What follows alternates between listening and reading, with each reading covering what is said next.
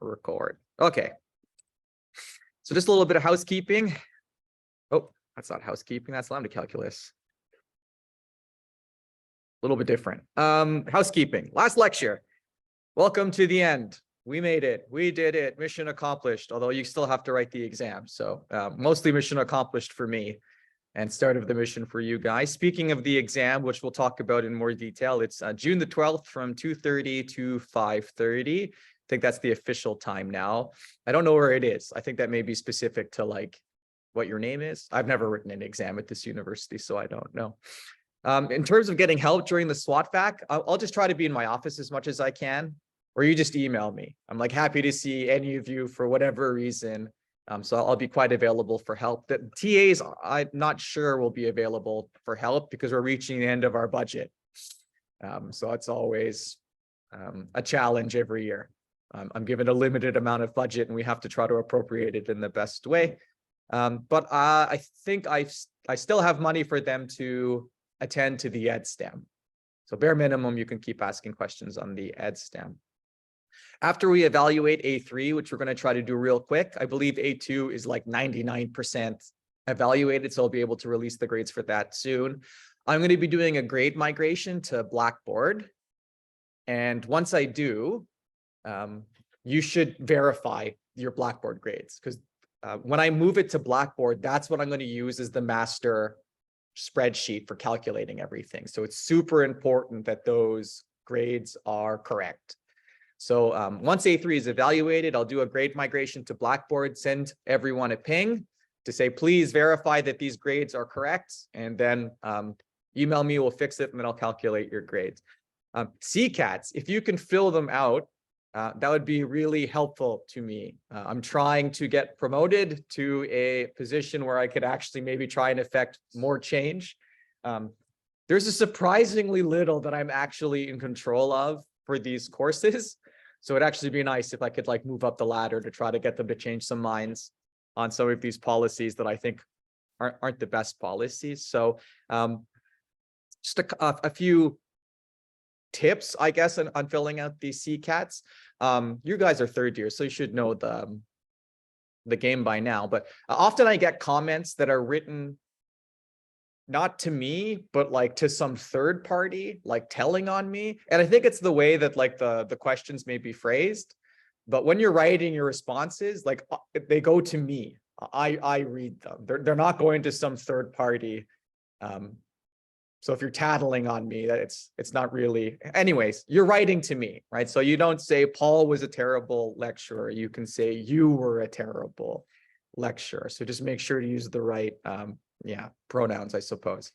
The other thing that I'm not even asking you to give me really great CCATs. I'm just asking for as many people to fill it out to mitigate against the people who hate me. Because there will be people who'll take the CCAT and just put zeros down every column, and the uni doesn't like remove outliers like this. So yeah, if you could just give me average grades, that also helps. But as the podcasters say, if you can give me 5 stars in the iTunes store, that would be a real boon to my career, and I'll remember it when evaluating your exams. So your exam, or just a little bit more. So sorry about some of the hiccups on assignment 3.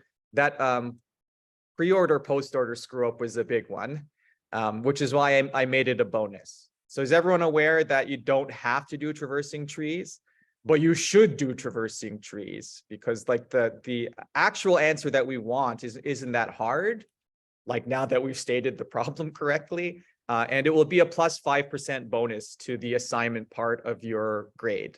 Does everyone understand that what I had done? Right, so yeah, you can get plus 5% in your assignments. You can't get more than 100. I don't think anyone's got perfect in all assignments, so I don't think we're in any danger of that. The point is your assignments and your exams are still segmented. So if you didn't get some answers to previous assignments, this is a great way to like make up a 5%.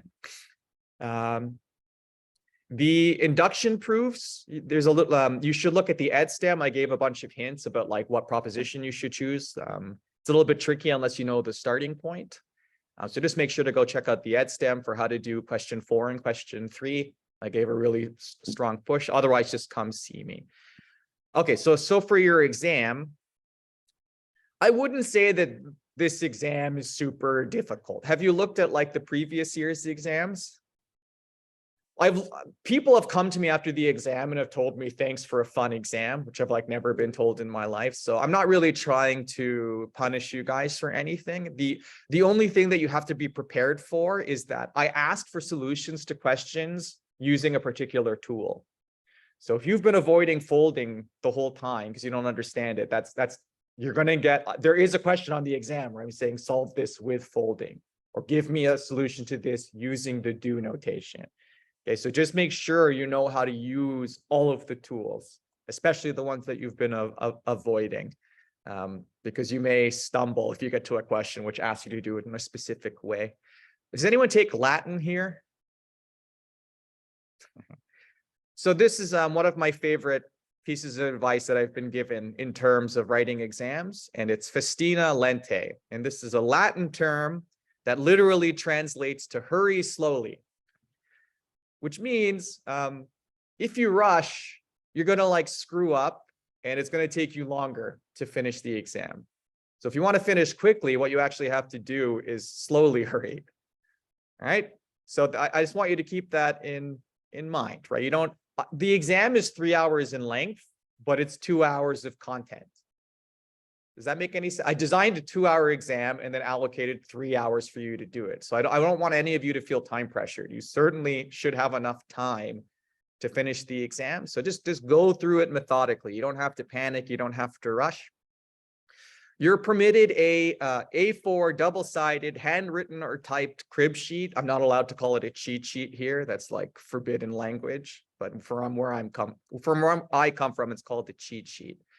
The formula sheet from the exam has been removed.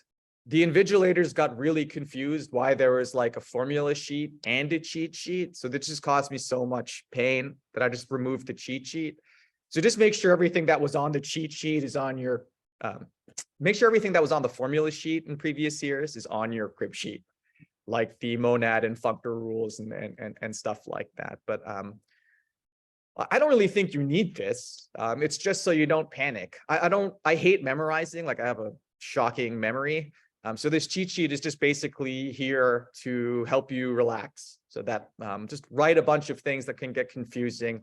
During the review, I'll point out things that should be on your cheat sheet. So no flaps, no magnifying glasses, right? Those are the rules. It has to be a 2D piece of paper. I have seen in the past people put like every single lecture slide on it. Like if that's what you want to do, sure, I guess. But like even preparing the crib sheet is like a good studying exercise. And like if you can't summarize the course properly, geez. So take it as an exercise to make this crib sheet to try to identify everything that's important. Today we'll be going through what I consider important. So that's a good starting point. And there are 2 practice exams that you can get from the library. We're going over last year's exam in tutorial this week. I'm not going to give you the answers to them, even though I have them. Like I know, okay, so here's the problem. I've correlated providing answers to the exam, like practice exams, with worse exam outcome. Okay, because like imagine these 2 situations where you're like, have the exam and you don't have the answers. And you say, geez, I can't answer question 3. Like I better learn how to solve question 3. Whereas if you had the answer, you go, oh, that's easy. I'd be able to do that, right? So I don't want to give you the exam answers because some of the class will just read the answers, say that's easy, and convince themselves that they'd be able to duplicate it. And comprehension and synthesis, comprehension and production are 2 different strategies. Just because you can synthesize a piece of information doesn't necessarily mean you'd be able to produce it. Now, that being said, I am happy to validate any answers that you want, right? If you go to the EdStem and say, is this correct for this question? I will say, yup or nope, right? So with enough crowd work, you can get all the solutions to the exams, right? If you just cooperate somehow on the EdStem. So it's not that I'm being lazy, like I have the solutions because I had to write them last year for the graders to mark. I just think overall it's better for you not to have them. But again, If you get stuck, I'll just give you the answers to any of them or validate. So is that okay? Yeah. Tutors have the answers, but I've instructed them like not to share the PDF with you. Yeah. They'll have the answers. Just try not to squeeze it out of them, because I've asked them not to overshare, and you could probably get them to share all the, but know that if you do extract all the answers, that's possible, but like try not to utilize them until like you're absolutely given up or validating, because the answers are all going to look simple, but like everything, the answers to this whole course look simple once we had the answer. And I think by now we've learned getting the simple answer requires a little bit of work, even though ultimately it's simple. Okay, so so assignment 3 is due this week on Friday. I can't move it to Monday because I'm not allowed. Right. So as I was saying, there's a lot of rules that I operate under. One of them is there are no deadlines are permitted during the exam week. So I can't. It's just not allowed to be due on, or whatever, the SWOT fact, or Friday is the last day I can have deadlines for stuff. Sorry. Otherwise, I would move it to Monday, because I appreciate many of you are under the hammer. Is there any other questions about like assignment 3 or like wrapping up or the exam? Oh, maybe should attend to chat. Paul wants to create change. Okay. How could you hate Paul? Well, it's not that hard. Have a beer with me. Protect Paul at all costs. Other making sure, blah, blah. Is there any other coding questions? Is it, if it works, it works. It's the same as the assignments. All the coding questions are, yeah, if it works, it works. But they're going to be much more simple than the ones I've given you on the assignments. They'll usually only be 1 or 2 lines. Are the 2 practice exams you are referring to the past exams on the library? No, they are the past exams at the library. And you should feel lucky, right? Because this course is very young.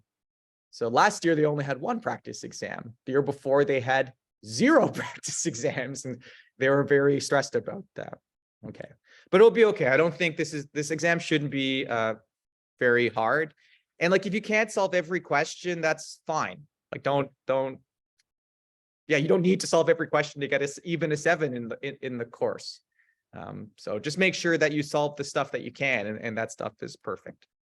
It's extremely similar in shape, right? So it's going to be 10 questions that are like very, very short answer, and then a bunch of short answer questions, and then 1 long answer question. The 1 long answer question is an induction proof. But by now I've drilled induction so hard into you guys that this should be more or less routine. Okay, so what I want to do today, so I want to go over the whole term.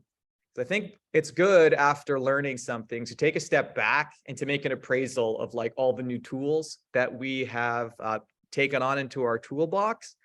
And then we're going to do some Python programming to wrap out the course, just so I can show you how to port some of the functional programming paradigm into Python if you're interested in doing that. So let's get this going. So we started off the term with lambda calculuses. Remember 13 weeks ago when I showed you all these scary symbols and begged everyone not to quit the course because it would get easier? So a lambda calculus is a formal system in mathematical logic for expressing computation based on rewrite rules, right? So there are many types of calculus. A calculus is just a system of rules for doing something. So you can have like a differential calculus, you can have an integral calculus, and you can have a lambda calculus. So we learned that there are at least 2 foundational definitions of what computation means, right? And the one that we've been used to up to this point is the Turing model, or a state-based model, where you have read, write, tape, and a state machine. And depending on how you read and write from that tape, you can transition states, and depending what state you end up in, you do a computation. We swap that out with a rewrite system. That is, our computer is a tape and a set of rewrite rules. And what we do in a lambda calculus is start with an expression and rewrite that expression according to rewrite rules until that rewrite stabilizes somehow, until it sort of gets simplified. this is exactly what you're doing in some of your homework, right? For I guess question 1 and question 2, I could have phrased it as, show me what rewrite rules you have to perform to get the left-hand side of this equation to equal to the right, right? Effectively prove that this either data type satisfies the rules for being a functor. But yeah, like at the very core of this, that's what we're doing, taking an expression and rewriting that expression based on application, abstraction, and binding rules. So the lambda calculus is Turing complete, right? Because anything that you can do with a Turing machine, we can do with a lambda calculus. I think this is from the Church Turing thesis. The converse is also true. Anything that you can do with a rewrite rule, you can do it with a Turing machine, which means that the Turing model and the lambda calculus model are equally powerful. There's nothing you can do with a Turing machine that you can't with a lambda calculus and vice versa. And if this wasn't the case, if a lambda calculus can compute more, this would have like very significant consequences, right? Because then the notion of computability would be different for our computer, but it's not. I think there's at least one other fundamental model of computation, but I can't recall the details. So this was introduced by the mathematician Alonzo Church, who was a mentor and influence of Alan Turing. You should all know who Turing is, basically the sort of grandfather of the modern computer. So if you want to read about has anyone studied the Church Turing thesis? Yeah, there are some logic courses where you'd have to engage with this. What about Gödel's incompleteness? Yeah, okay, so those are basically almost the same thing. So every program in Haskell can be translated into a lambda calculus expression. So all we've been doing all semester essentially is working with a very fancy automated lambda calculus called Haskell.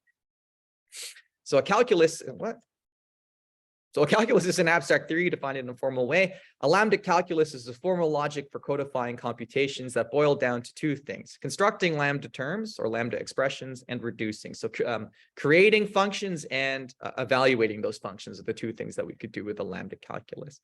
Haskell is a typed lambda calculus, which means that the inputs and outputs from these lambda expressions are going to have type. And we're not even going to be able to set up expressions that aren't typed properly. How's that been going? I miss when I'm programming in Python, I'm really irritated that I can't extract typing information from a function. I find this really useful, right? To know, oh, foo is expecting like all lists. Last year, many of my students said, yeah, we got so used to the typing information or being locked out from defining any non-well-typed functions that we do sort of miss it. And to those who miss it, I say, just start programming in C, and you can get all the typing information back if you want. Referential transparency. So an expression is called referentially transparent if it can be replaced with its corresponding value, right? That is to say, since we're doing rewrite rules, if I'm saying X is 2, then I should be able to replace all instances of X with 2. And I should also be able to replace all instances with 2 with X, right? So we internalize this as sort of equal means equal, but any expression satisfying this referential transparency, meaning that you can replace all symbols that are equal to another symbol with that other symbol or back, any expression satisfying this is going to be called pure. Now, the paradigm of functional programming can be summed up by saying we're committed to functional purity. I'm not saying you can't do functional programming in Python or C. You just have to be more careful. In Haskell, you're obligated to do functional programming. It's impossible to make state-based changes. But as long as you're programming in such a way where you any expression can be substituted with anything that it's equal to, what you are in fact functional programming because you're committed to purity. One way we internalize this referential transparency is to just remember equal means equal. When you say 2 things are equal in this system, that's it, end of game, right? Because we can return to our the most basic state-based change, right? That is X is equal to X plus 1. Which is like mathematically nonsensical. You're never going to be able to find a value which satisfies X equals X plus 1. And indeed, this is why at some universities, or even at this university, we try teaching functional programming first, right? Functional programming is easier to understand from people who have no background who do math. The X equals X plus 1 That's very confusing for intro programmers who only come from math, right? Because they think that this is the equal symbol, right? And in imperative programming, the main thing that we have to get everyone to understand is that equal doesn't mean equal. Equal means a state change, right? Equal means gets, which is why I don't like using equal in Python. It's very confusing. I miss my colon equal that we have in C. Okay, so prefix versus infix notation. So suppose we have an arbitrary function of two variables. This is only going to be at play for bivariate functions. So we can have an arbitrary function called O plus, which takes two variables, one from A, one from B, and returns C. And we can write this in two ways, right? So we can write X sort of O plus Y, and this is the infix notation. This is typically what we do when we have bivariate functions like plus, add, multiply, divide. But we can also write them in this prefix form. And the prefix form is the more typical form, right? Because infix only exists for bivariate functions. So what is the benefit of the infix form over the prefix form? Or for whose benefit is the infix form? Yeah. Human benefit, right? Infix form is something that we as humans like to read because it allows us to not write a bunch of brackets. What's the benefit of the prefix form? So because we removed all the brackets from the infix form, what does that introduce? Yeah, it introduces an ambiguity, which obligates us to introduce an order of operations. Does the prefix form need an order of operations? No, because it's built in, right? So the prefix form is better for computers and is an unambiguous form. So we worked a little bit last week about writing a parser. And one of the reasons the parser became difficult is because the infix, we had to sort of walk through an infix form that was ambiguous and make it specific. That is to convert it into its prefix form. Types. So types are very important in this Haskell because Haskell is a typed lambda calculus. So fundamentally, all a type is just like a collection of objects or a collection of literals or a collection of data that can't be divided up anymore, right? So here's a basic data type from Haskell. It's the Booleans, and the Booleans are just data called bool, and bool is a set comprised of two objects, right? False or true. I know there is a little bit of confusion between what a type is, what a new type, and what data is. Like I'm not even going to really introduce new type next year because it's equivalent to data. It's just a little bit more efficient, which I don't care about yet, right? Or so whenever you see new type, you can think data. And what type is for is it's just if you want to say, like instead of writing tuple of int, if you want to write point, right? Because it's a little bit cleaner. So type is just for sort of dropping in synonyms. New type is when we want to have a type synonym, but also need to define like a functor over it, right? So that's why we have to put a little bit of these decorators on it. But in all cases, we can replace new type with data. So if that's your level of understanding, that's sufficient. So concrete types like that of bool are capitalized. Remember that this is a case-sensitive system. Concrete types correspond to exactly one set, right? So concrete types are denoted by this asterisk. So what do I mean by that? Oh, I thought I had more on this. So recall we have concrete types and abstract types. There is a slide about this. A concrete type is one that's already a type, right? Like the integers or the bools. And then we have these abstract types. We have higher kinded types like lists, right? Which aren't concrete types, right? Because the list type needs a concrete type before becoming a concrete type itself. So we'll have a slide on that as well. But any type which is built like this, right? A finite number of sort of objects, that's going to be a concrete type. This seems a little bit out of place, but in any case, I think maybe a slide was lost. So in Haskell, And in lambda calculus is generally. So what's the only thing that we can define in a lambda calculus? A function, and specifically a function that takes one variable to something. Since Haskell is a lambda calculus, that means all we're able to do in Haskell is define functions that take one variable to something. But we often want to have functions that take 3 variables or 4 variables or 5 variables. And the question then becomes, are we not able to do this in Haskell? And the answer is yes, we are able to do it because of something called currying. So suppose you have a function that takes addition, that takes 2 integers to an integer. The way that works in Haskell is that what you in fact have is a function that takes an integer to a function which takes an integer to an integer, right? So when you want to do something like 2 plus 3, what you've in fact done is passed 2 to plus to get a function plus 2, and then passed 3 to the plus 2 function to get 5, right? We're all nodding like, yes, yes, yes, this is obvious, but I wish I could show you your faces at the beginning of the year when all of you were like, well, what? A function can return a function? Okay, so this is the process of doing this, right? Giving a function another constant for evaluation and getting a function back. This is called currying, right? After the mathematician curry and not the food curry. We have something called uncurrying. And this is when we want to take something that's a tuple and give it to a function which is expecting currying. I have some examples here.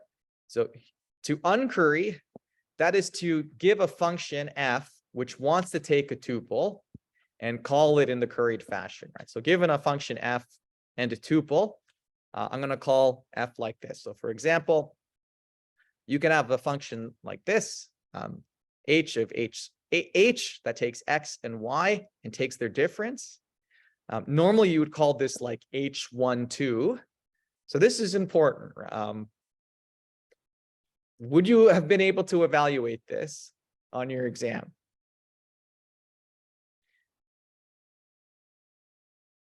Like, I know all of you are saying, of course, but would you have been certain about the order these things were going in?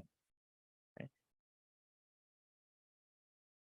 So just be careful, right, that you have some practice evaluating Haskell code, because I don't want people coming here and being, it's either 2 minus 1 or 1 minus 2.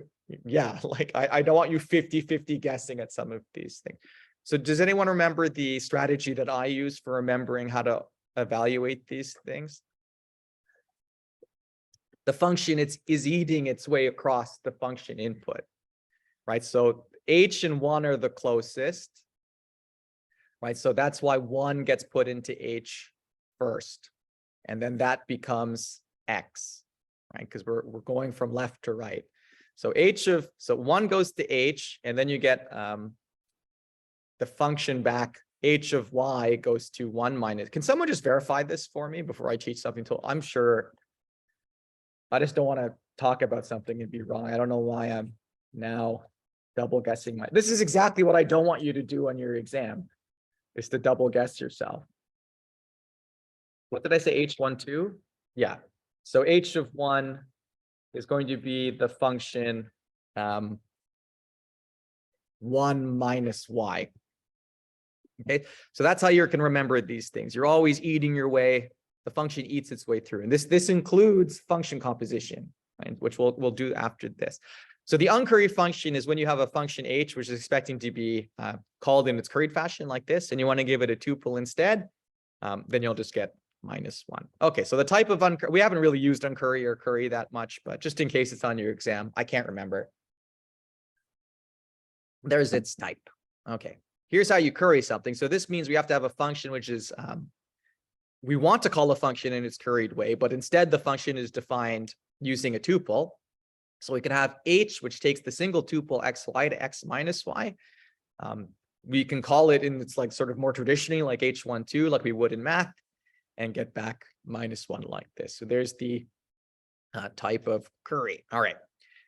Haskell will infer the most general polymorphic type that is still correct. Okay, so absent of typing information, Haskell has a type inference algorithm, she didn't really engage with that much, that will actually infer the most general type. Now, if I ask you for something like this, okay, so this function has the type sort of integer to integer to integer, but that's not the most general type that this function can have. So what is the most general type this function can have, what we call its principal type? So certainly we're going to need class constraints. Okay, so at most, like, we obviously need to take two inputs to one. So this is going to be something like A goes to B goes to C, and then something has to be num. Yeah. Yes. So how you have to look at this is go, okay, so there's two inputs here. These two inputs are being given to a function, and that function has requirements. So what requirement does plus have? Plus can only work over types for which plus is defined, right? And what are the types for which plus is defined? Number, right? Because it's a class which requires that you define plus, negation, multiplication, and a bunch of other stuff. It basically says, so here we can say this function works on any types A such that A behaves like a number, right? Or in other words, I can add them, right? Add is defined.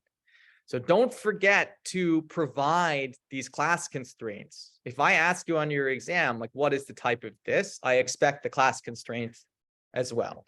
But there's only, like, I'm not going to make it some exotic class constraint, right? What are some other class constraints that are common that we've been using? Yes. Yeah, equal is one of them. Ordered is another one of them. Foldable, but I'll never ask you to do something foldable. But more locally, what have we been working with? Functors, monads, applicatives, right? These are also classes, right? So if I say, here's something that walks, that like has a do in it, and I ask you for the type, don't forget to say, hey, this thing has to be a monad, right? Because you're using the do information. When I took my, not to brag, but bragging a little bit, when I took this functional programming class, when I was an undergraduate, I got 99% on the exam. And the thing that I forgot to do, which still pains me to this day, apparently, I forgot to, one of the questions was give the type, and I forgot to say the type was derived from an equality class. I still remember the mistake that I made in that course, right? So don't make the same mistake that I make. What's the type of f of 1? If I partially evaluate f, right? You're going to get the function back 1 plus y. What's the type of that?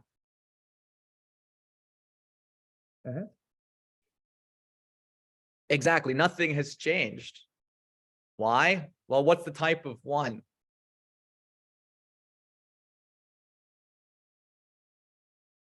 No, 1 is a number.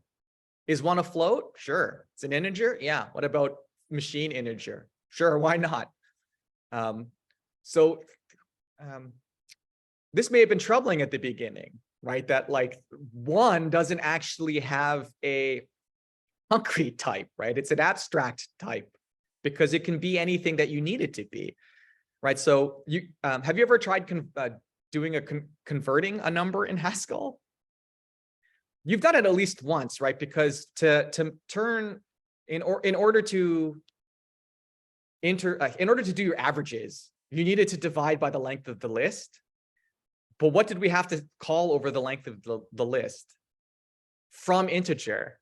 What does from integer do? It takes an integer and it brings it back to the number class, right? So you're not actually going from like integer to float.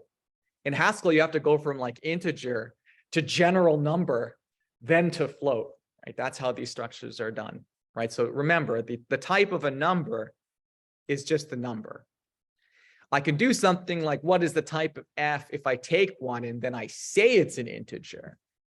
Then in this case, it's going to say, oh, yes, now I'm an integer function, which goes, I'm a function which takes an integer to an integer.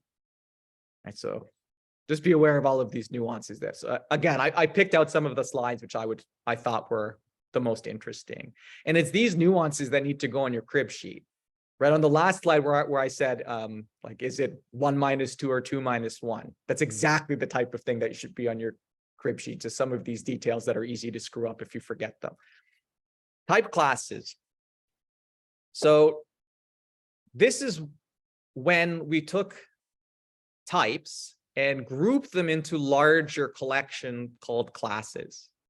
So what a type class is, technically speaking, is a sequence of functions or functionality that you want, right? So I can say my type class is less than, greater than, or equal. That's the type class technically, like the set of operations.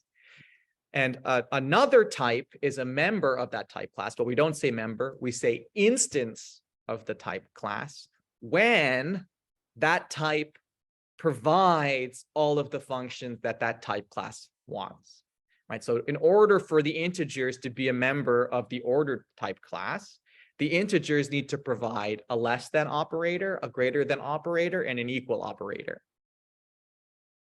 Okay, and we have many other of these type classes. And of course, these type classes aren't disjoint, right? So you can already see that members of the ordered class are also members of the equality class, right? Because in order to be in the ordered class, you need equality, which automatically gets you in the equal class. So when a type has an instance of a type class, values of the type can be passed to functions of the instance, right? So here, bool is an instance of equality in order. And here are all the other things that it is instances of. I'm not sure that this is a comprehensive list, but it's certainly a partial list. So if you ask for information on bool, it is instances of all the following things, right? We have equality over it, order, enumeration, show, read, bounded. The year one, I made a significant mistake on the exam. I assumed that anything that was ordered has a max element and min element. Why is that wrong? Yeah.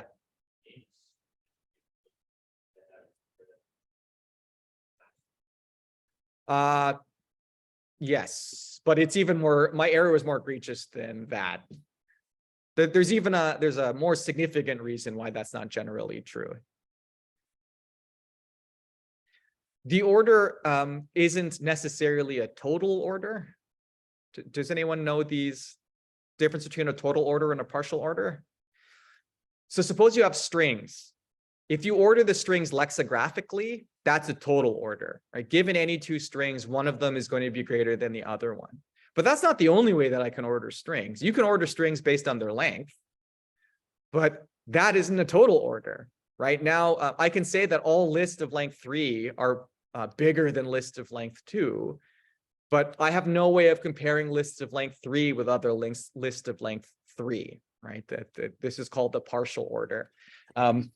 So in partial orders, it's not necessarily the case that you have a max bound, because there could be like infinitely many things that are like at the top of your ordering. Anyways, that was just a tiny mistake that I made. That was significant because it was on the exam. So just keep that in mind. If there's like a mistake on your exam, I'll just like give everyone perfect for the question. I'm looking for your exam. I'm more looking at rewarding you for demonstrating your knowledge. So towards that, please don't leave anything blank. Blank is like it's the only time I'll give 0. Well, don't write gibberish, right? Like just try to produce something. I'll always reward progress towards a solution. So like even if you can demonstrate that you understand the problem, or say something like, if I could do this, then I could solve it, right?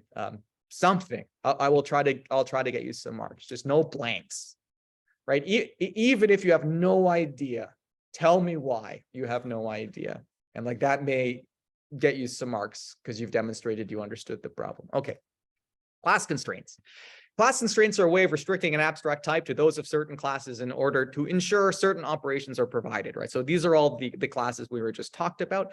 So to restrict the type variable A to the class C, we have the following syntax, right? So here I say, provided that A is an instance of C, then you get the function A to A.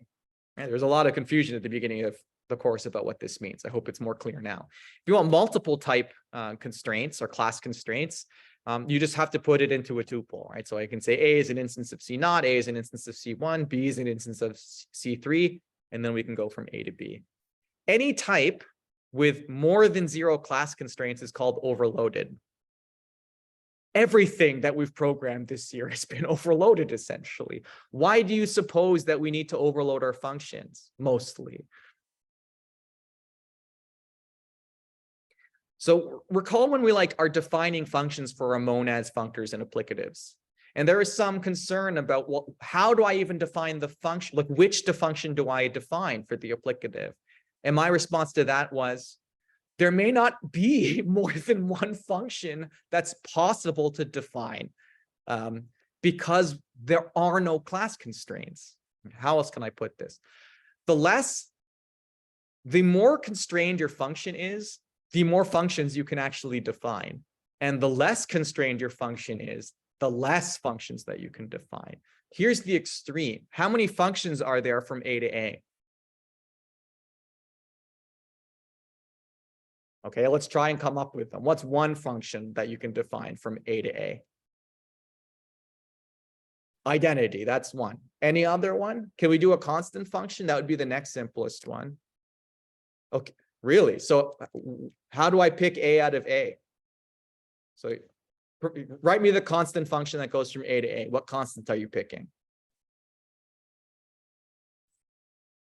0 would already put us in a number class.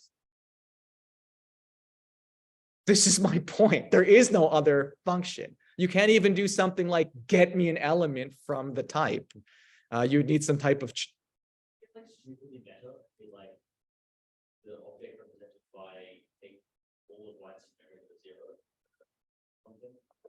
Oh, I don't know.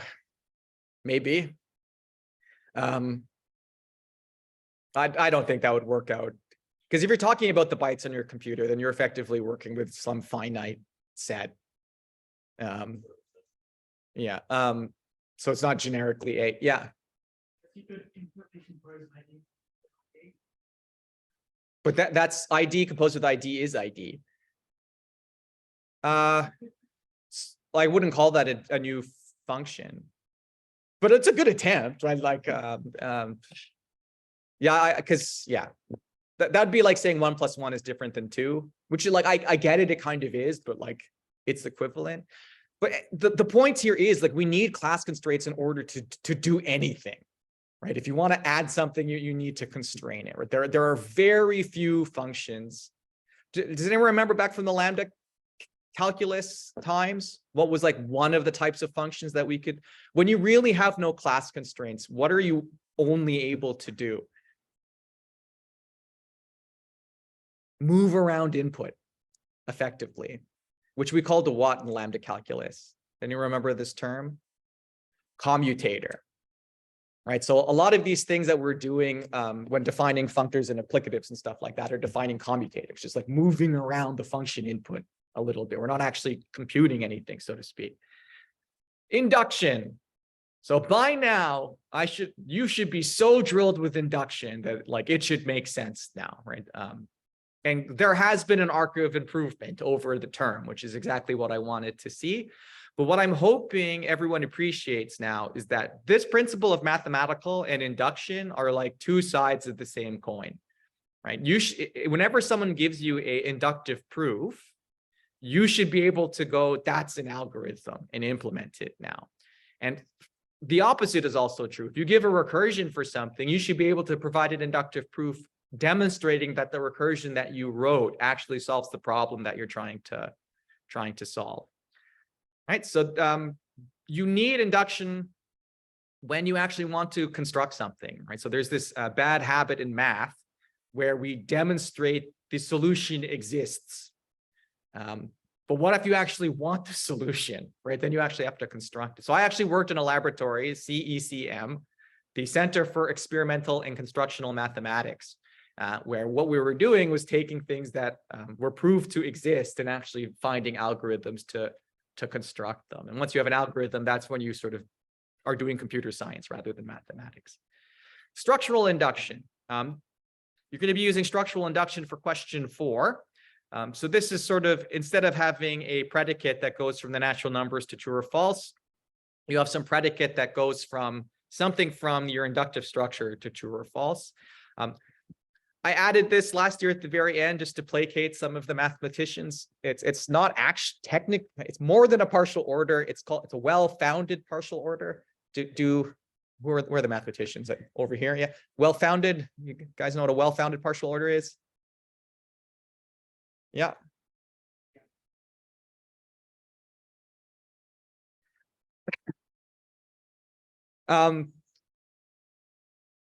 Oh yeah, geez, I put it, it's yes, what's in the parenthetical statement, right? So you can have partial orders, which means that you should be able to give me like a sequence of things that are getting smaller. If the order is also well-founded, that means this has to terminate, right? So it means that any monotonically decreasing sequence has to stop, right? Which is good because this is recursion, right? This is basically saying that any recursion you write is every step it's going to get smaller. And if you can assure that every step you're calling on something smaller, you'll definitely hit a base case. You're not going to bottom out, right? So the fact that it's a well-founded partial order means that we're mathematically assured we're going to get a terminating condition. It's always really hard coming up with provisional definitions for stuff, right? Because there's like the super set theoretic category theory, like precise definitions of all these things, which we don't want to interface with. Then I have to sort of give like good enough definitions. But anyways, it's going to take me a few years to iterate to find just the right spot between a lot of detail and abstraction, right? Because I was using the definitions my teachers gave me. And after talking with students this year, last year, and the year before, I've been discovering they've been inadequate in some way. So I've been fixing them. Okay, so anyways, you're going to get some structural induction practice on your homework. So just note, so for question 4, there are 3 things, right? X, Y, and Z. So remember from assignment 2, when you did an induction over the natural numbers, right? I think you had to prove n plus m is m plus n. What did I say to do there? Because there are 2 things there. You fix one of them and do induction over the other. So it's the same thing for question 4. You fix 2 of them and you do induction over the other one, and it will work, right? So you want some type of predicate that's like P of X is equal to this expression with YZ arbitrary, right? You can be anything that you want. And then it's only a few lines. Okay. Function composition, right? So given that we're limited to doing function definitions and evaluations, and that's the only thing that we can do, function composition is super important, right? Because it's like the glue by which we take 2 functions and put them together. The philosophy for functional programming wasn't state-based changes. It's not, how can we take this piece of data and like manipulate it so that it becomes the thing that we want? What we were doing is saying, so we have functions which can do a transformation on some input. What series of transformations do I have to do on the input so that the final transformation is the answer that I want, right? And the glue holding this like pipeline together is function composition. So function composition is if you have a function g that goes from a to b and a function f that goes from b to c, we can get a function that goes from a to c through f composite g. And this is another thing that should be on your cheat sheet, right? Because this function composition is not standardized. It's one of the most pains in my ass studying math ever. What it means to be, so in Haskell, f composite g means this, which means the advice I gave you about these functions eating their way through still apply, right? So how do we evaluate this? Well, g and 2 are the closest. So 2 goes to g, and then the outcome of that goes to f, right? That's how, but this should definitely be on your cheat sheet, just so you remember the order. So I have a function here, f, which doubles its input. I have a function g, which increments by 1. So if I take f and compose it with g, if 2 goes to that function, so I see this is 2 going to g. So 2 becomes 3, and then 3 goes to F, so 3 becomes 6. And if you reverse it, the same thing's at play. So 2 goes to F, so 2 becomes 4, and then 4 goes to G. So, and then 4 increments by 1. So just remember, the functions are like eating their way across, right? The things that are closest will get evaluated first. Point-free style. So don't forget that you can simplify x's out from expressions. So if you have an expression like double sum x is equal to 2x composed with sum applied at x, you can remove x from both sides of this, right? The x is just sort of presumed to be there. Who remembers what this is called? A section. Good job. So when we have double sum here, actually, yeah. What what is the type of double sum? This is a good practice. Given that it has this definition. All right, so you can start pulling things out, right? Like, what does sum expect? Well, a scalar. Yeah. Oh, that's correct. Okay, so it's true that it's a foldable, but on your exam, I'll accept this is a list. Now, I don't think we really engage with foldable that much, so something like this wouldn't show up on your exam, I guess. Right, but I think you're right. Yeah, that's a foldable. And what does this multiplication tell us? Yeah, that the thing inside the list has to be a number, right? So we have something like, suppose C is an instance of number, and suppose that T is some structure that looks like a list, right? So effectively, you can just imagine that this is list. Yes.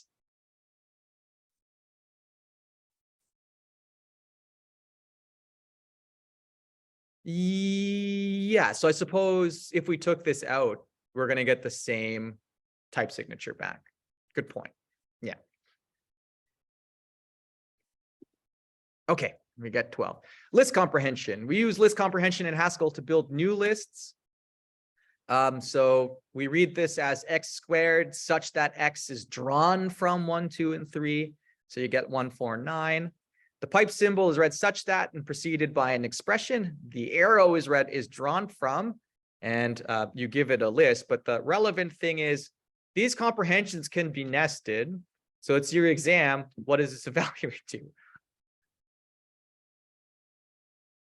So I know all of you know it's one of two things, right? Because the relevant thing is which generator exhausts first. And I can't remember because it's different often, but the point is write this on your cheat sheet so you don't forget. So which one is it? Is 1A, 1B. So you're saying that Y exhausts first? You are correct. But you double thought yourself. So I don't want anyone wasting time being like, I think I'm like 90% sure, right? That's always wasting time. So this is another example maybe you should have on your cheat sheet, right? Just to remember the order of some of these things. Right, so in the second one, I've just swapped the generators. So now X is exhausting first, right? 1, 2, 3, 1, 2, 3. Make sense? Okay. Oh, let's check on the chat. Geez. Yeah. Oh, they're just chatting amongst themselves. Okay. Types of recursion. So a function is linear recursive if that function only calls itself at most once at every invocation. Can anyone give me an example of a function that isn't linear recursive? Anything that you submitted to Gradescope that blew up the auto grader. It's probably not linear recursive. But what is the most simple non-recursive recursive thing? Yeah. Factorial and like the No, factorial. Let's think about this one. How many times does factorial call itself in its recursion? Each recursion. twice. Once, right? Factorial of n is n times factorial of n minus 1. So I've called it once. So that's an example of something that is linear recursive. Yeah.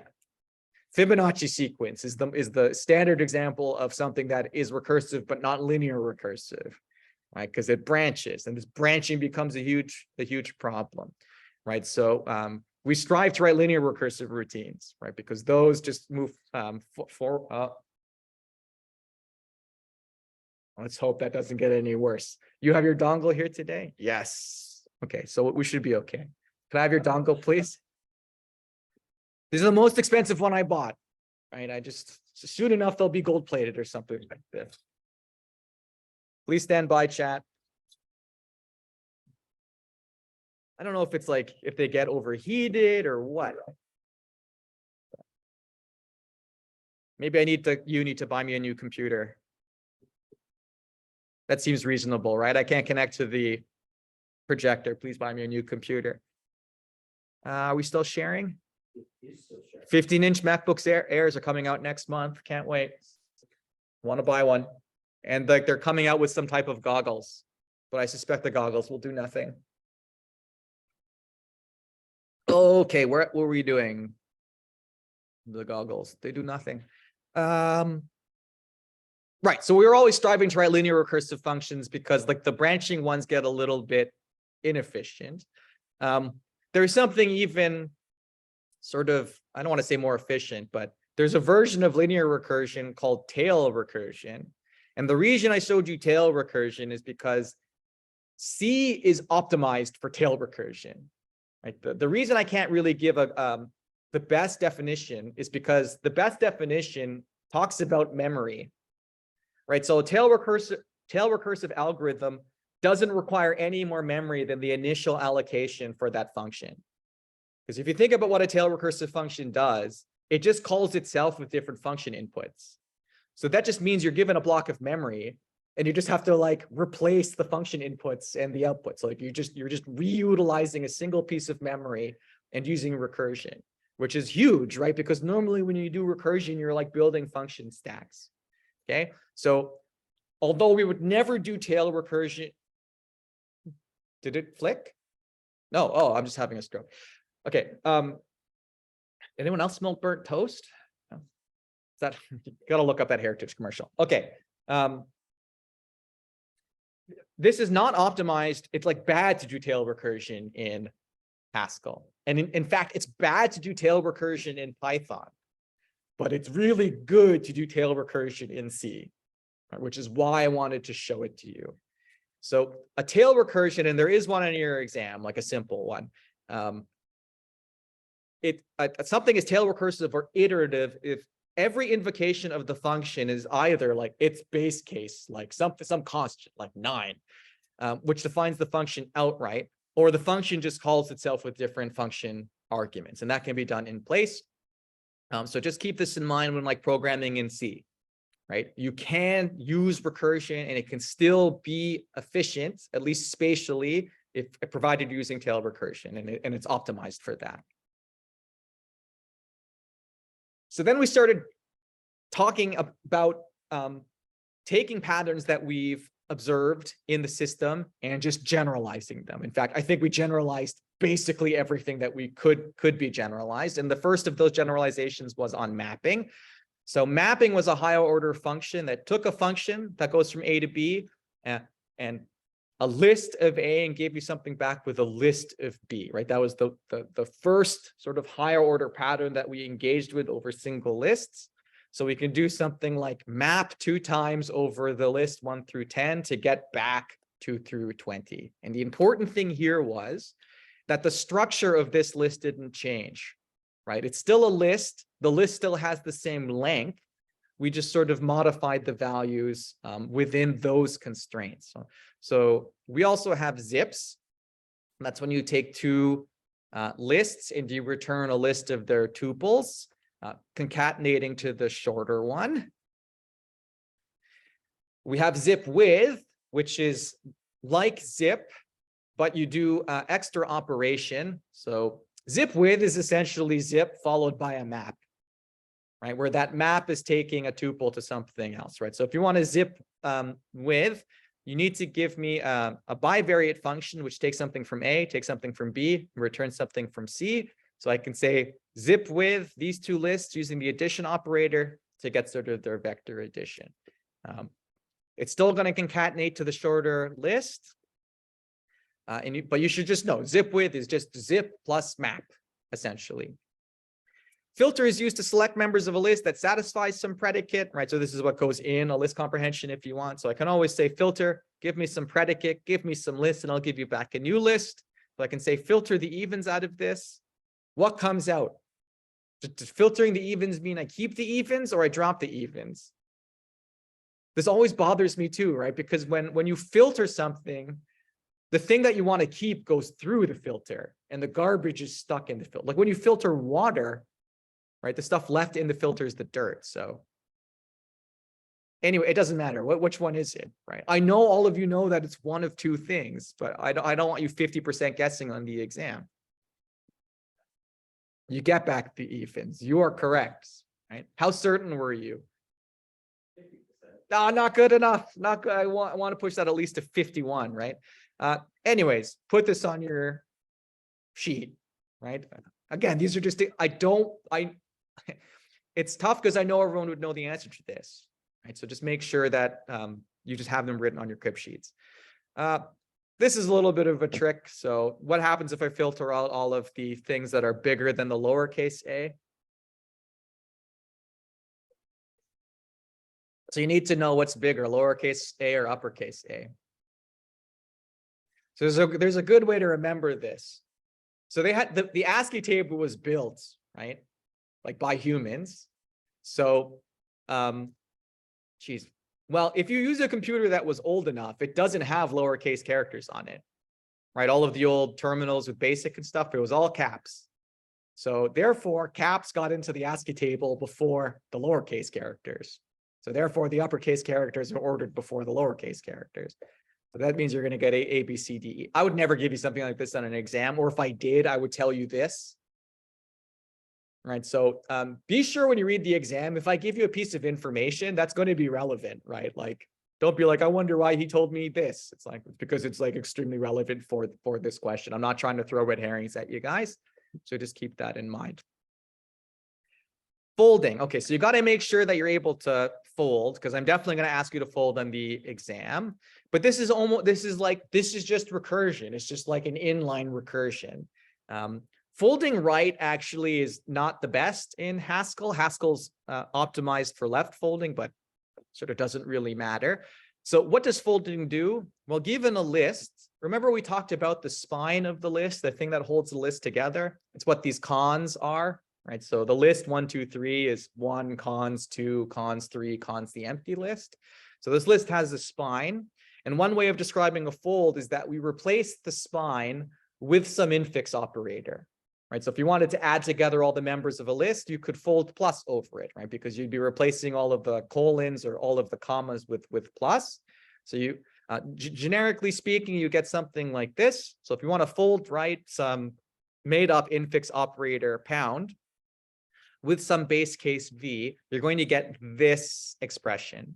And it's right folding because all of the brackets stack to the right. And the base case is the last thing that you utilize.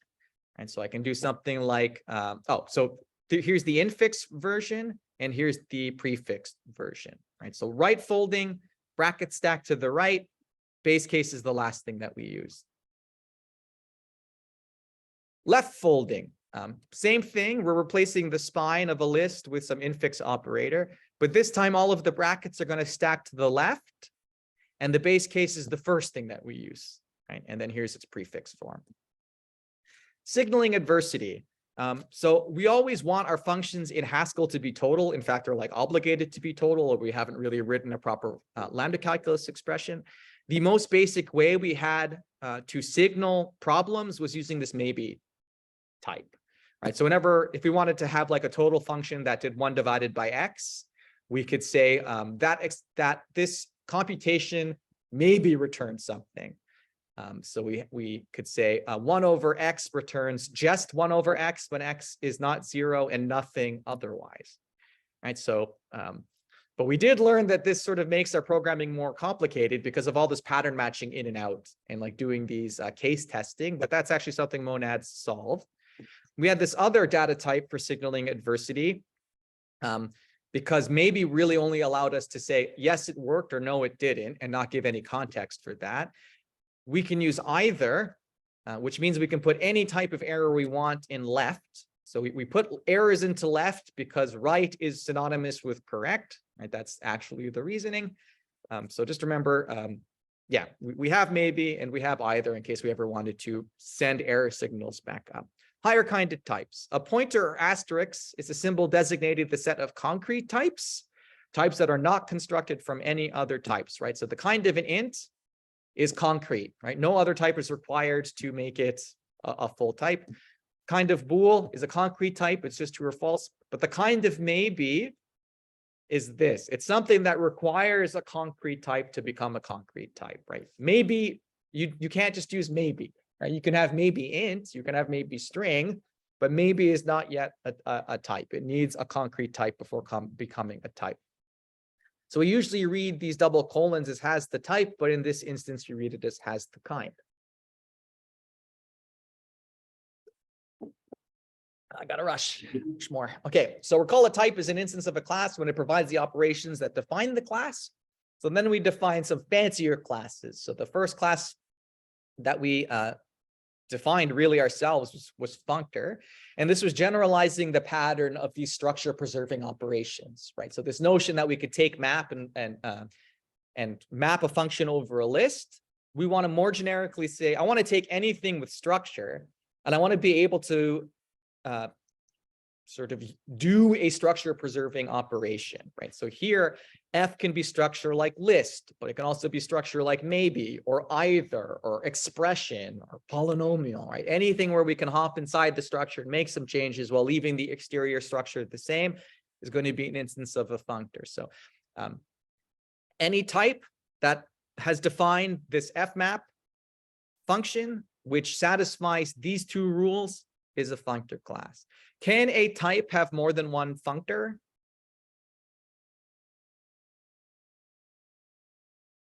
Well, like the Haskell has a applicative for lists, yeah, which is different than the applicative for lists that you're doing on your homework.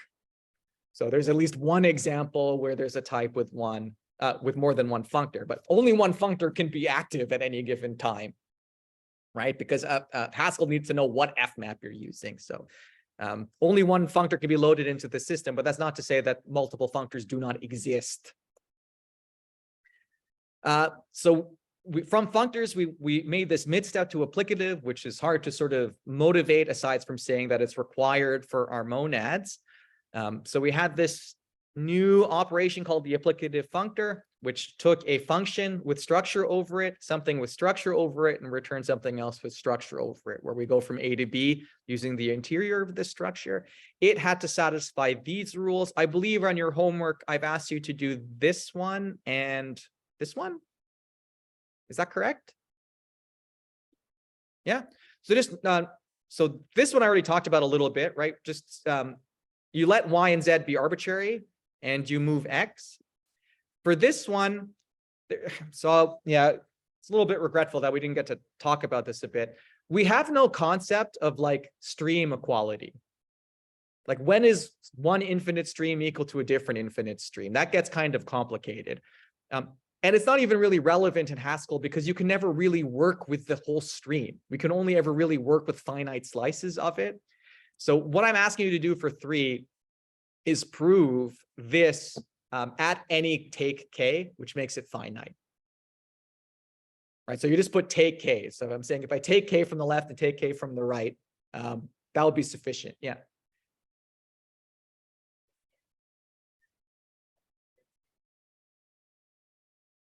You want to take from either side? Sure. Yeah, that'll be fine with me. If it works, it works. Yeah, it gets a little bit, it gets very complicated when you want to start talking about what equality means over streams. Right. So just know for 3, if you just there's a comment about this on the ed stem. The premise here is going to be this is true if I take k, if I just look at the first k elements. Right, then you assume it's true for that, and then you can show it's true for the k plus 1 slice.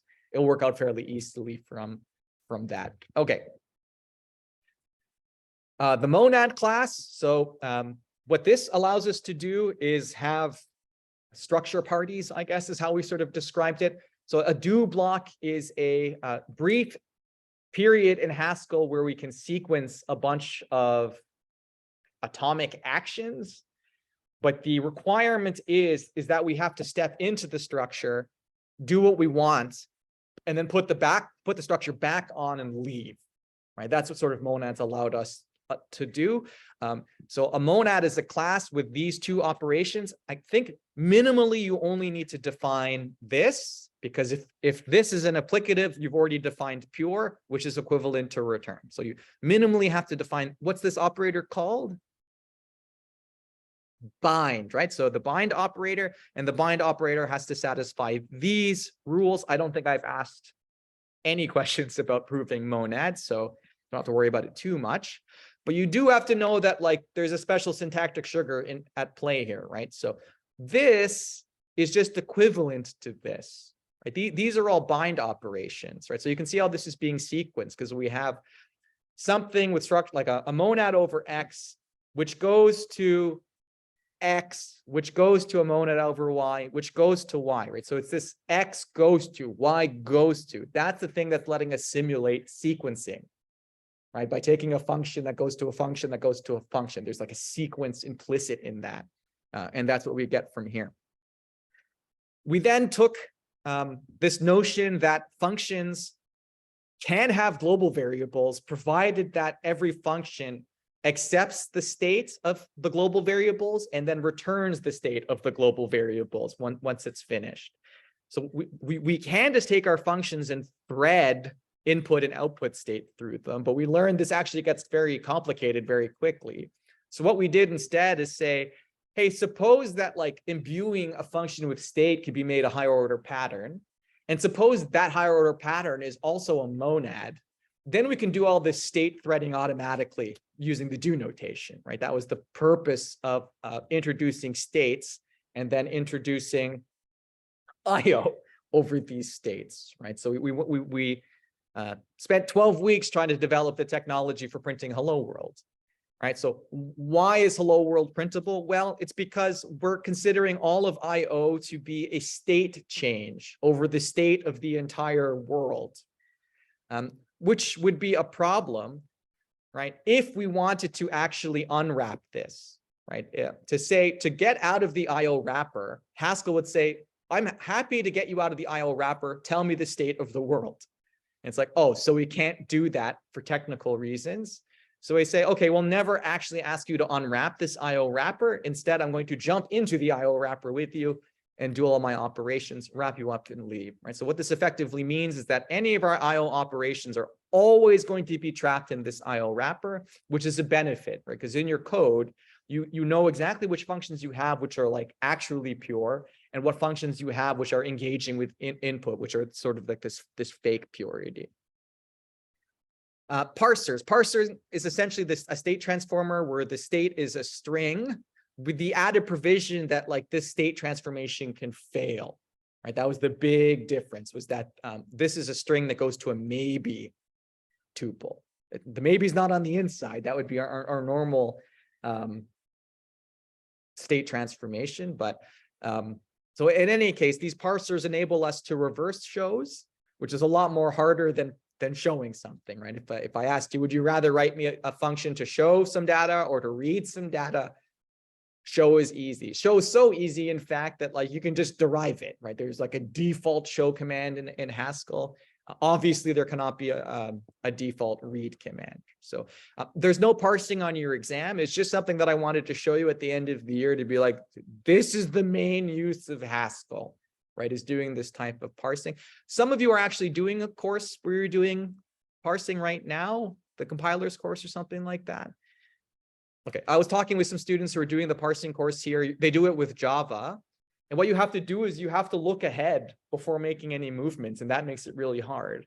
Where in Haskell, all we say is, no, go ahead, go try. And if you fail, the monad is just going to handle all of those failures really tidily, right? So if you ever wanted to do more with Haskell, parsing would be something quite interesting to do. This is from assignment 3. I actually gave them a parsing question to do. They're reading in polynomials, like sort of written like, 3x squared plus 2x plus 1. I had them read this into some type of sort of polynomial data type that we were working with that year. I can make this available if anyone wanted to check it out. So I was just showing I was giving them the answer to one of the questions effectively on the last day. But here's how you can write a parser for reading like this single monomial, right? You try to read a coefficient, which is a natural, then the symbol x, then the hat symbol, then its degree. And you can return then the monomial of the coefficient and the degree.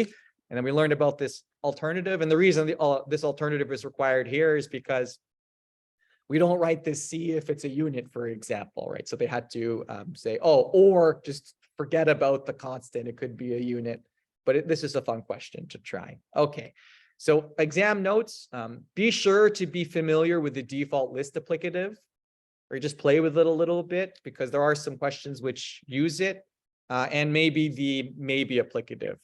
Right, but effectively, it's the maybe applicative is just the thing that allows us to like add two jests together and have it return nothing when appropriate, and otherwise festina lente. Oh, I'm not permitted in the exam room, so like at every other university I've been at, like I've been present in the exam room. I like to be there to show my support.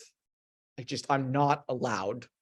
Right, so don't take my absence from the exam room as my lack of support. What I will actually be doing is like staring at this for the 3 hours that you're writing, right? Because in order to ask me a question, I'm sure you know this, you have to call the invigilator who writes down your question on paper, which is then read to me, and then it's like literally a game of telephone.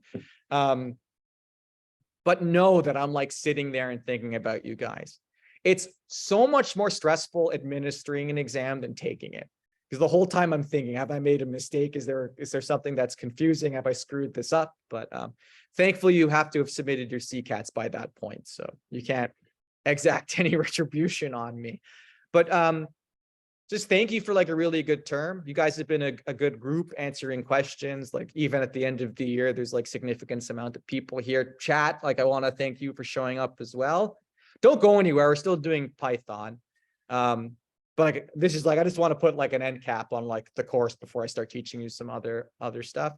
Yeah, so just thanks for being a good group. I wish you the best in term 2 and in your future, and you're always welcome to like drop by to my office if you ever see me. And if you do find yourself here next year, apply to be a TA for this course. I'm always like in dire need of TA. This is the first year I've ever had applicants for this course. The previous 2 years I had to beg people to be a TA. So if you want to be a TA, go ahead and apply. I am losing some of the TAs. Miriam is off for better things, for example, so I won't have her, but I'd be happy to take any of you on as TAs. So does chat have any questions? I'm a goat. That's a good thing. All right, yeah. It's Gen Z's. Okay. Any questions regarding course content before? One day you will be old and like out of touch with culture. So be nice to your elders, right? Because one day you will be, yeah, see, he knows, right? Okay. Any questions regarding the course content exam before like I do Python? No? All right. So let's do some Python. Okay. So obviously, none of this is testable. I'm now going to do Python coding. Okay, so what are the things that we need? So there's 2 things I want to import. This is just for timing some stuff later, but this is for folding. So we'll talk about that later. Okay, so let's try to think about all the stuff that we'd want to do in Python that we could do in Haskell. So what makes this a functional programming language? What do we need? I could show you one thing, dust off my hands and leave. What is that one thing that we need? First lecture, what did we do? Yeah. Too far ahead, but eventually, yeah. Think back to the very first lecture. What's all that math I showed you? And what did I say Haskell was? So what do I need in Python in order to be like, we're done?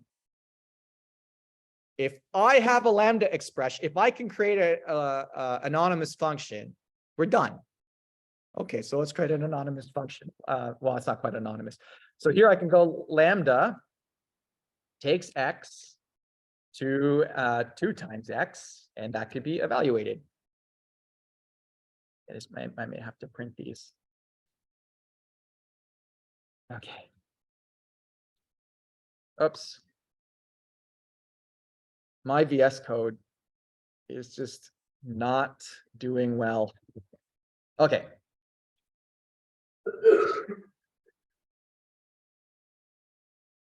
There you go, 6. And so we're done. So once you have a lambda calculus expression, you have lambda calculus, we're off to the races, right? Excel is Turing complete for the same reason, right? Because you can define lambda calculus expressions at any of its cells. Okay, so let's see what this is though. Right, so Python is going to report that this is a lambda expression, a function. So how can I get this? Suppose I want to do x plus y.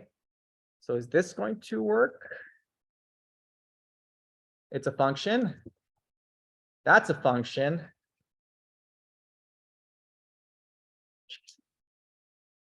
It's evaluated.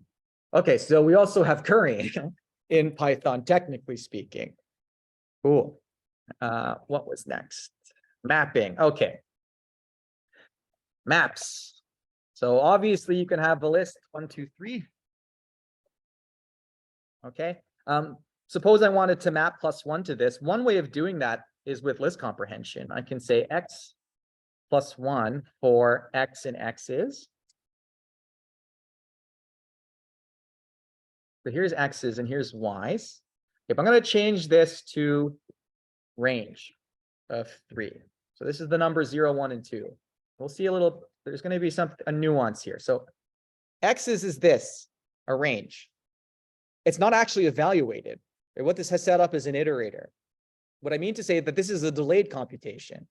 Nothing has been done yet. Like the only thing that exists over this is next. Whoops. Oh, I have to, okay, hold on. I have to say x's is an iterator over range, and then it will work. You have to say next x's. Okay, so this is a map, but you see what's happened here? Okay, that's delayed. The list comprehension is a list. That means it's been evaluated. Okay, so how do I don't want to take something that's delayed computation and make it eager evaluation. So we're not going to do this with the list comprehension. We're going to do this with a map. I'm going to map this lambda function, which takes x to x plus 1 to this. And now x's is delayed, and y's is a map object. It's a delayed object. Nothing has been done yet. So I should be able to either say next y's or turn it into an iterator. Yeah. Right.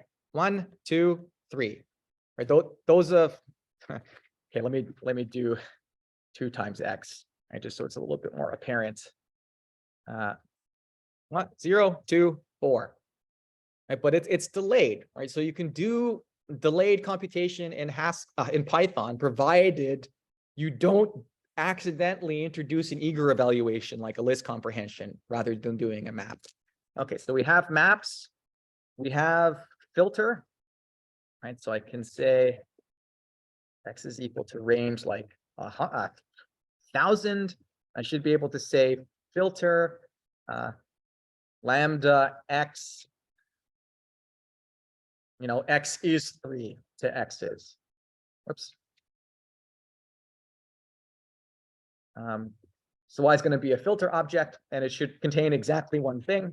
So if you can always convert something that's delayed, you can eagerly evaluate it by turning it into a list. There you go, like returned only 3. Okay, so map, filter, zips. And so there's no zip width, but if you have x's, you can make that range 10. You can make y's, we can say that's range, I don't know, 10 to 20.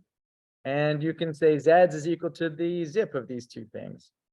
Zip X's and Y's. All right, so there you go. There's your zip. You can eagerly evaluate it. And you get that. So far, so good. You have minimum and max bound in Python. So do you know you have this in Python? Is one greater than floats in infinity?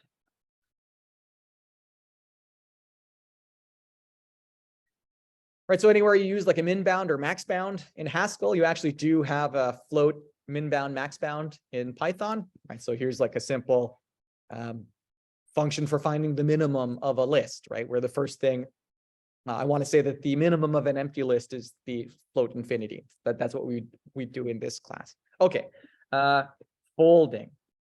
This is the thing that irritates me. So map is in it, range, filter, zip, but fold is not included in the standard Python library, despite fold being like the most important of all of the patterns.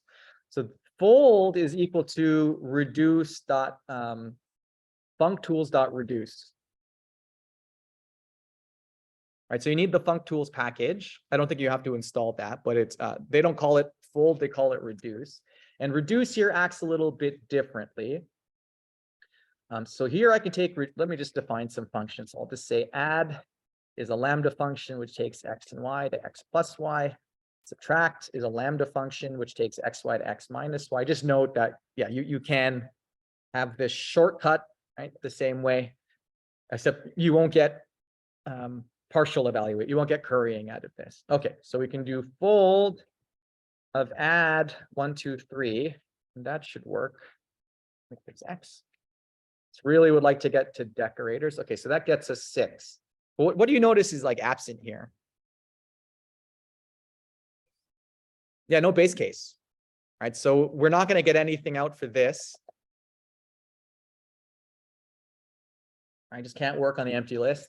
And for a singleton list, it reduces just prime to return like what's there. So for fold in Python, there is no base case. The base case is presumed to be like whatever is in the singleton list.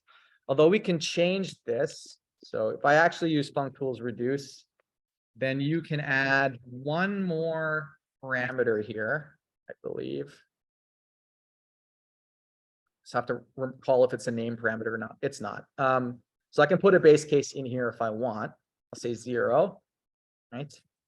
And right now you have a base case, right? So technically speaking, we have to do an experiment now. We have to figure out if this is a left fold or a right fold. How can we do that? We just have to like utilize some non-commutative operator, like substitute. Okay, so let's do an investigation here. So if I want to fold subtract over 1, 2, 3, and this can pan out in 2 ways. Okay, this can either be 1 minus 2 minus 3, or what's the other way that it could be? Yeah, it's either going to be 1 minus 2 minus 3, or 1 minus 2 minus 3. Is that correct? Go back to here. I had my example here.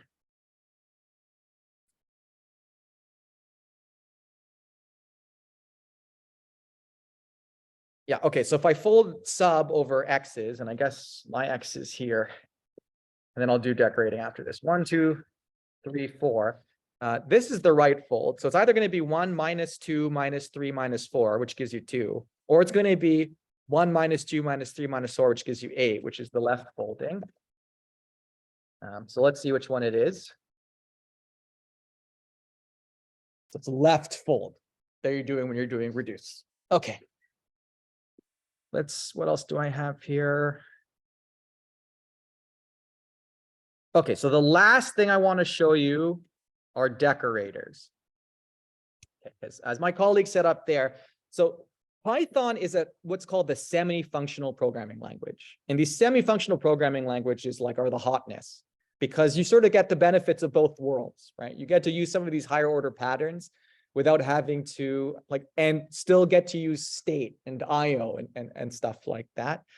So in Python, everything's an object essentially, including functions themselves. This means that a function is able to take a function as input and return function as output, and no other, it's just out of box done like that. So in Python, we say that functions are first class objects. So I want to show you how to write a function, which well, let's do three things. We got to write a function which takes a function that returns a function, and a function that does both. Okay, so here's a function. What did I call them? Okay, f. So here's a function that takes input and returns a function, callable. So let's write a function that returns a function. So let's just say that this is going to return a new function, foo, which takes this, returns, let's see, x plus 1, and then returns that function. Right, so, oh no, this is, what am I doing? No. I want to do this. Okay. So this is a function which, given input, is going to return to you another function which just increments by that input, right? So if I say f of 1, you're going to get back a function which increments y by 1. If I say f of 10, same thing. So let's see here. So if I say g is equal to f of 7, that should give me a function.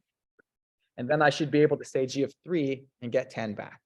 And so here's a function which returned a function. Okay, so let's do g, and let's say this accepts a function, callable, and returns a callable. And we'll just return an integer, I guess. So this takes foo and it returns an integer. So I can just do something like foo of 2, return foo of 2. Okay. So g, let's just give it a function lambda x goes to x plus 1, and this should just return 3, hopefully. Aha. And so there's a function that takes a function and returns an integer. Finally, let's write a function that takes a function and returns the function. Jeez, yeah. Okay. Lord, what is happening? Okay. Okay, so let's just take a function foo and return another function. So suppose I just want to decorate foo. So let's just get rid of this. So I have a function f. F is just going to print hello and then return nothing. So I'm just going to have another function here. So it's going to take f, which just prints hello, and let's create a new function. So bar. So what's bar going to do? Bar is going to call foo and then print exit maybe, and then we'll just return bar. So here, okay, I should have a function. So I can say g is equal to h if I give it f. And if I call g, I should now have well, f prints one thing. Whoops, I have to give it an argument 2. And g should print 2 things. But now that this is not going to work because that needs something there. Okay, hold on, I'm just going to remove the input. 10 more minutes for decorators. Okay. So I want g, that's h. I can give it f. F is just returns hello, but g does 2 things, right? It's been we've put this exit over this. Okay. So there's something really special about Python. If you have a function which accepts a function and returns a function, there's a special syntax for doing this. Because if you noticed here, I had to define a new function called g, which was f with this extra functionality. But suppose I just want to give f this extra functionality and not worry about reutilizing namespaces and stuff like that. It's just best to show this. Okay.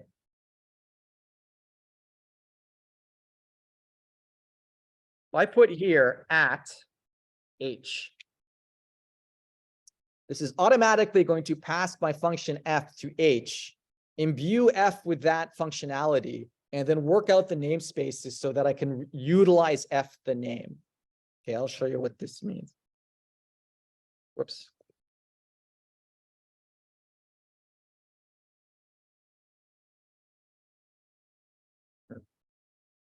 Whoops. Oh, Lord.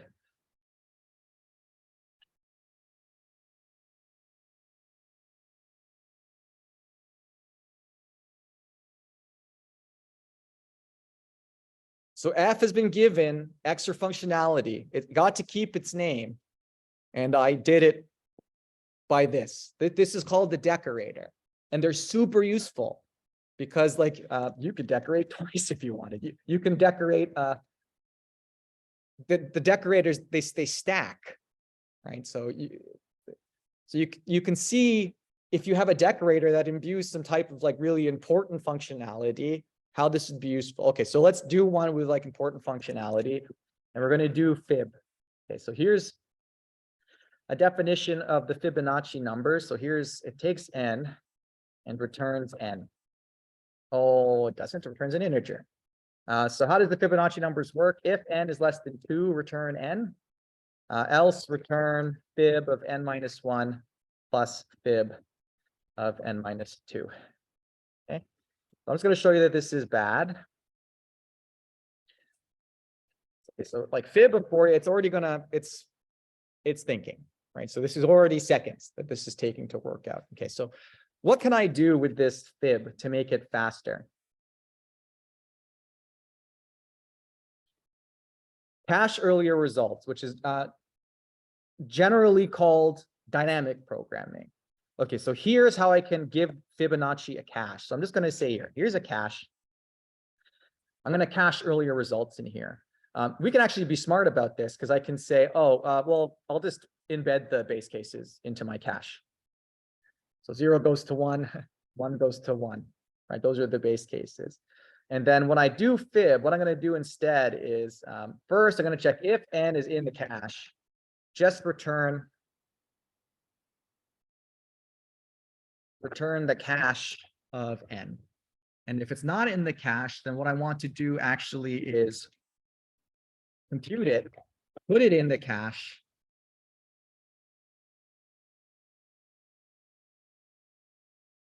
and then return the cache. Okay.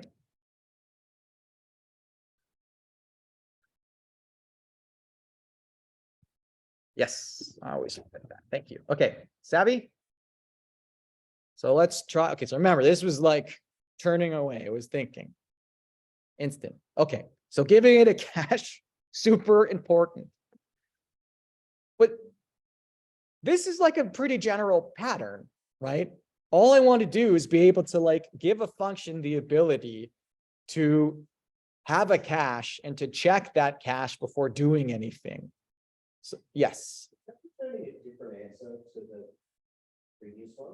If it is, then it's just because I screwed up a base case or something like that. So module my errors. Let's see, fib 0, fib 1, fib 2. Oh, I think maybe this should have been 0. That's the mistake I made. But anyways, it doesn't really matter. Okay, so I'm going to revert back to the bad one here.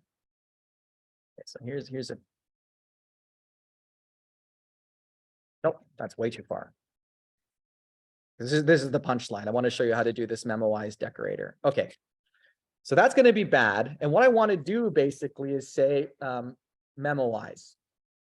Okay, memoize is like the terminology that's used to say give this a cache. But what is this? Well, I need to be able to write some type of memoize routine, which given f, which is a callable, returns a callable. Okay, and so what's the new function going to be? Well, I'm going to call this bar. It's going to return something, but eventually I'm going to return bar. And what does this have to do? Well, I need a pointer to the arguments. This is just a way for me to like pass through the arguments. So I want to do something like this. Geez, I have to remember.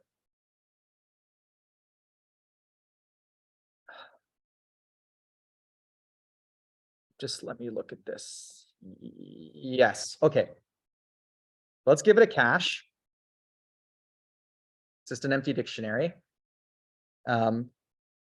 So this is what I want to do now with like this is what the new function should do. I should, if the arguments is in the cache, well, I think I said not in the cache, then the cache at the arguments should be equal to f at those arguments. And otherwise it is in the cache, so you can just return cache at args. Now hopefully, do I need that asterisk there? Yes, I do. And the return bar. Okay, let's see if this works for my punchline. So here's fib of big. Oh, that's a different error. Okay, maybe I gave it way too much. Instant. Okay, if I take this out,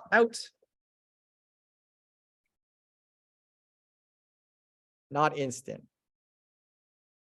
What now? Like I just have to put this over anything that I want to make dynamic. And like there are tons of Python decorators that you can find. There are Python decorators for like working with objects. Like for instance, there are decorators that automate all of your getters and setters. Like what is a getter and setter if not just some method for returning or setting some private variable? You could write a function that's like, go look in this object, find all of the private variables and automate the writing of a getter and setter. So these are really handy. Do you want to do one more before going? I can, or you, well, let's just call it. I'll put the, I had another function that, okay, I'll do one more. Okay.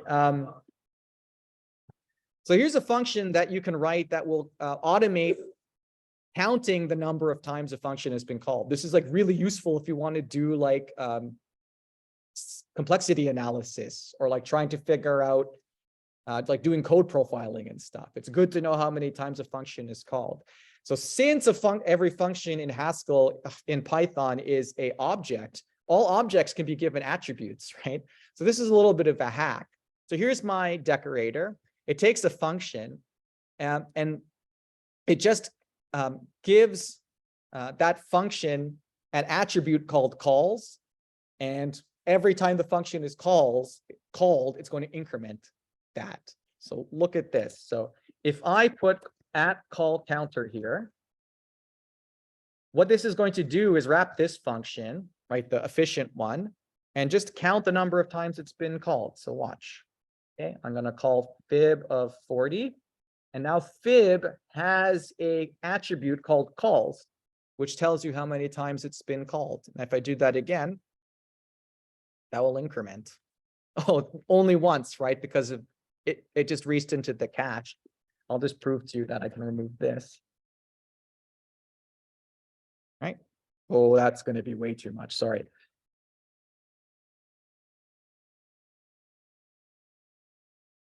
Right? If you can do it, you want to do it again. Okay, so I think the main thing that I wanted to show you about Python today are these decorators. Functions that take functions and return functions have a special invocation using this @ and they can really clean up your code if you use them properly. So that's it. Thanks for a great term. I'll see you during the SWAT-Vac week. I appreciate all of your attention. You guys did get much better as the term progressed, so I'm proud of all of you, except those of you submitting ChatGPT answers. Shame on you, right? At least remove them out of its bulleted form. Bye, chat. Thank you for showing up. Bye, doggy. Come see me if you need any help. I'll be present. CCATs, please. CCATs. I'll send out a link and a reminder. Bye, guys. Thank you.